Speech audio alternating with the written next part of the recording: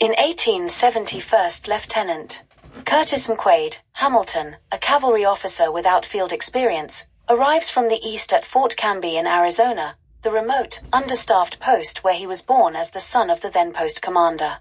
He attempts to adjust to this new life under the once disgraced Captain Maddox, Boone, a wily but embittered veteran of Indian fighting who served under McQuaid's father.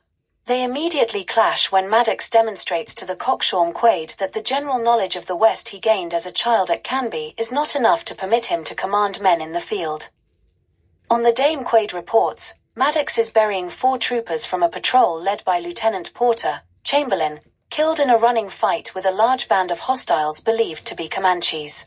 They have also brought back a severely traumatized little girl, the only survivor of the massacre of a family at a distant ranch.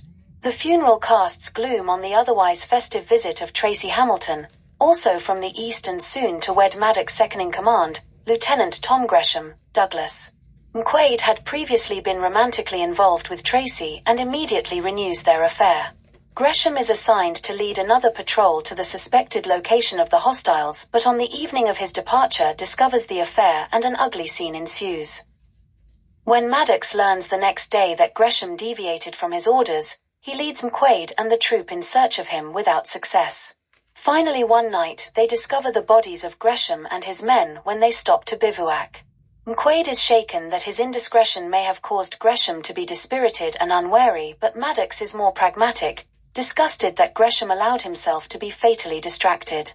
Prohibited by standing orders from conducting a retaliatory attack, Maddox divides what is left of his troop, sending McQuaid and 9 men, including wise and seasoned First Sergeant Rodemill, O'Connell, to a nearby mesa as bait to lure the hostile band into attacking first. The tactic works, but McQuaid's small group is hard-pressed by their attackers. Maddox arrives with the main body in time to win the engagement, but Rodemill is killed.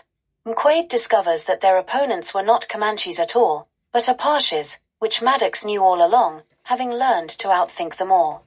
Maddox is satisfied that a change in McQuaid's attitude means that he is on the road to becoming a good officer.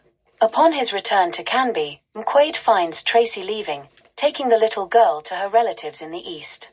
After telling him that he lost his wife and young daughters to smallpox, Maddox consoles McQuaid with the thought that bachelors make the best soldiers because they have nothing to lose but their loneliness.